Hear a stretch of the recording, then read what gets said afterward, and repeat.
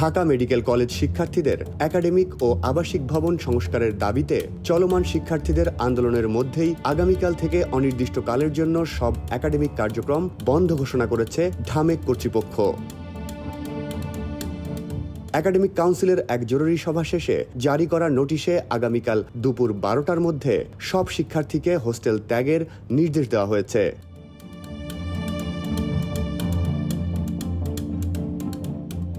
তবে আন্দোলনরত শিক্ষার্থীরা জানান, তারা হল খালি করতে কর্তৃপক্ষের নির্দেশনা মানবেন না এবং তাদের আন্দোলন অব্যাহত রাখবেন।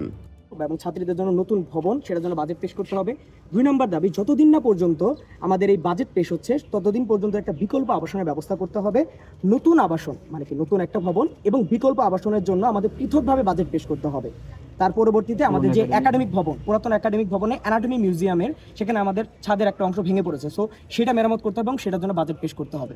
পরবর্তীতে এই যে পুরোপুরি একটা প্রসেস, এই কার্যক্রমের অগ্রগতি পর্যবেক্ষণ এবং স্বচ্ছতা নিশ্চিত করার জন্য শিক্ষার্থীদের মধ্য থেকে প্রতিনিধি নিযুক্ত করতে হবে এবং প্রয়োজনীয় ব্যবস্থা গ্রহণ করতে হবে। এবং যতদিন না পর্যন্ত এই দাবিগুলো পূরণ হচ্ছে ততদিন পর্যন্ত ঢাকা মেডিকেল কলেজের একাডেমিক কার্যক্রম অনির্দিষ্টকালের জন্য বন্ধ থাকবে। আমরা কিন্তু কোথাও বলিনি যে আমরা হল ছেড়ে চলে যাবো, কারণ আমরা যদি হল ছেড়ে চলে যাই তাহলে আন্দোলনটা কিভাবে হবে। আচ্ছা, এর সাথে একটু অ্যাড করতে চাই, আমাদের যে নতুন ব্যাচটা এসেছিল K82, আমাদের 82তম ব্যাচ যে এসেছিল, ইতিমধ্যে তারা তাদের ওরিয়েন্টেশন বর্জন করেছে, কারণ তাদের আবাসনের জন্য এখানে পর্যাপ্ত জায়গা নাই এবং সেটা নিরাপদ না বলে তারা আবাসনটা তাদের ওরিয়েন্টেশনটা বর্জন করেছিল এবং তারা আমাদের প্রতি পূর্ণ সমর্থন দেখিয়েছে এবং সেটাকেও আজকে তারা উদ্দেশ্য প্রণীত বলে বা স্বপ্রণীত বা কারোর উদ্দেশ্য প্রণীত পরিচিত হয়ে আমরা নাকি তাদের দেওয়া করিয়েছি সেটা বলে তারা আজকে ওই আমাদের প্রেস বিজ্ঞপ্তিটা দিয়েছে এবং সেটারও আমরা তীব্র নিন্দা জানাচ্ছি।